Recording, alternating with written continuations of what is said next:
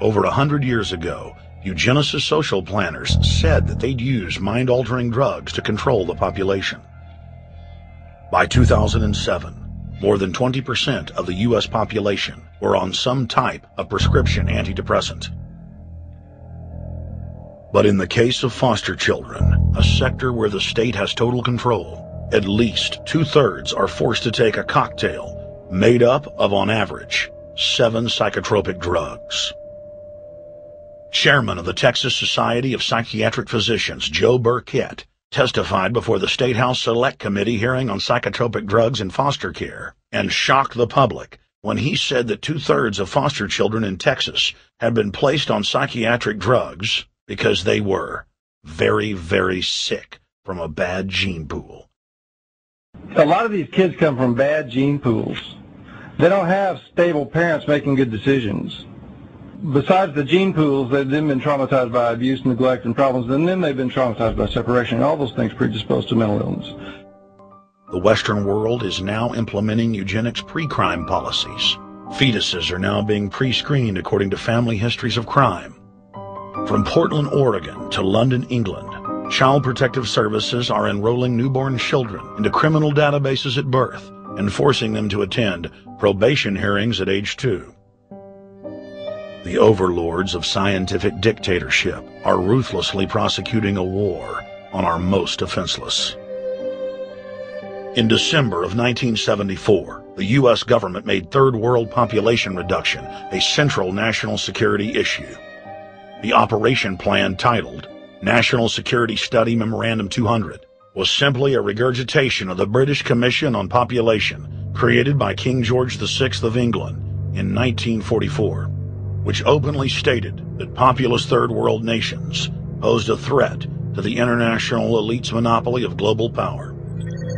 The Kissinger-authored U.S. plan targeted 13 key countries where massive population reduction was called for. Kissinger recommended that IMF and World Bank loans be given on condition that nations initiate aggressive population control programs, such as sterilization.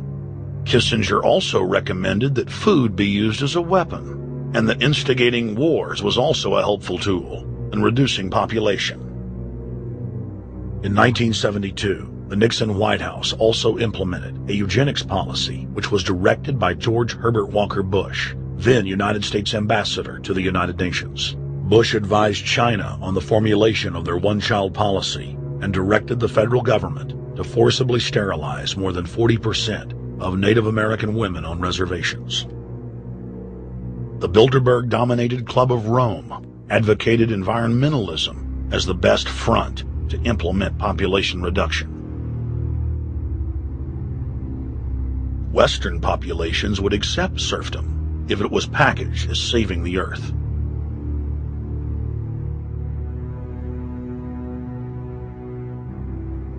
Industrialization of Africa, Asia, and Latin America could be blocked. Citizens would more willingly give up their national sovereignty if it were sold as a way to help the planet. The think tank also concocted the peak oil fraud as a way to create artificial scarcity. And the Club of Rome has been aggressively pushing a global carbon tax as a way to fund their planetary government.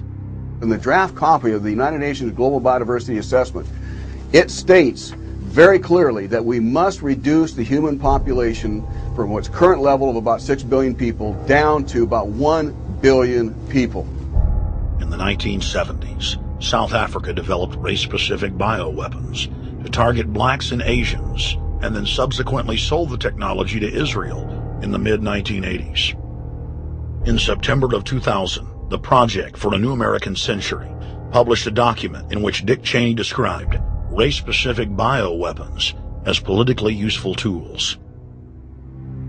And somebody mentioned, well, why would they want to reduce the human population when that means less money for them? Most people have no idea. They're not after money. They have all the money they need. They're after power. That's their aphrodisiac. The overlords of the New World Order are now aggressively pushing for a worldwide one-child policy. The Chinese one-child policy was phased in gradually. In the 60s, when it began, you only had to pay a tax penalty. Only later did they imprison you if you had more than one child. Now the exact same proposals to penalize couples who have more than one child are being made in the United States, England, and Europe. In the push to reduce global warming, children, according to some, are the new culprits. A think tank in the UK says too many kids are what's making the planet worse, saying large families, anything over 2 children really, should be frowned upon as an environmental no-no, akin to not reusing your plastic bags, driving one of those big gas-guzzling cars, taking long trips overseas. The UK, in fact, has negative growth. I think Canada does too. That still, families in our rich countries shouldn't have more than 2 kids.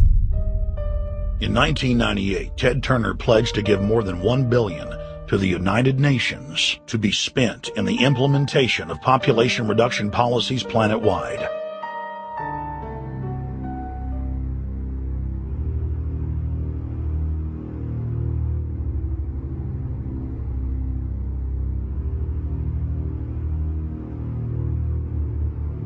In 1999, the Bill and Melinda Gates Foundation gave $2.2 billion to Planned Parenthood, the United Nations Population Fund, and other population reduction groups.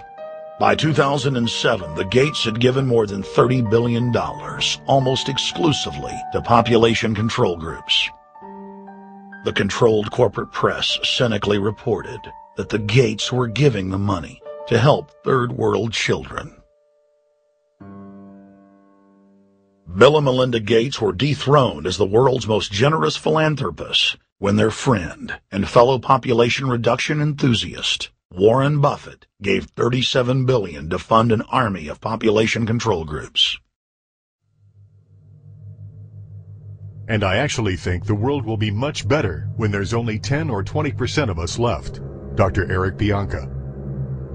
Prominent University of Texas biologist Dr. Eric Pianka, while receiving an award from the Texas Academy of Science, said that the worldwide AIDS pandemic was, quote, no good, it's too slow, and went on to laud the virtues of Ebola because it would kill 90% of the world population quickly.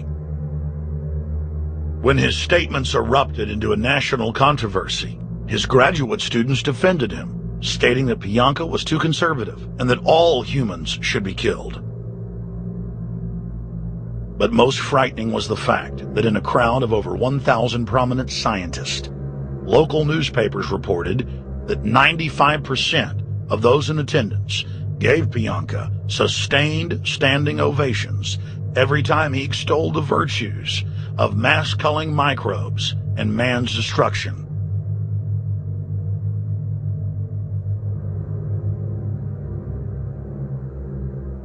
China was able to turn the corner and become the leading world superpower because they have a police state and they are able to force people to stop reproducing. Dr. Eric R. Pianka.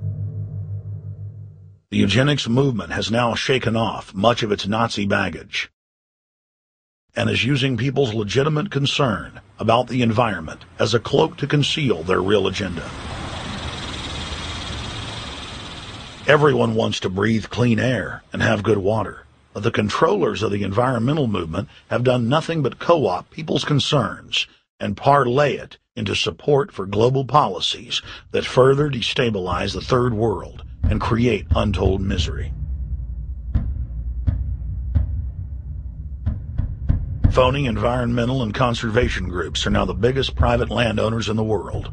They lobby government to take property away from local populations, only to develop it themselves later. When the U.S. military dumps millions of gallons of nerve gas on the east coast of the U.S., they don't say a word. Thousands of companies are creating transgenic cross-species hybrids, splicing plants, animals, and insects, and releasing the new organisms into the global biosphere, vandalizing the very genetic code of the planet. And large environmental organizations do nothing. The corporate elite of the planet intensified their push for a global taxation system with a year-long build-up to the Live Earth hysteria held on July 7, 2007 on 7 continents. World leaders announced that saving the Earth was the new organizing principle for humanity and hailed it as the planet's new religion. They claimed that CO2, which plants breathe, was killing the Earth, and that we must reduce the number of children we have to curtail our carbon footprint.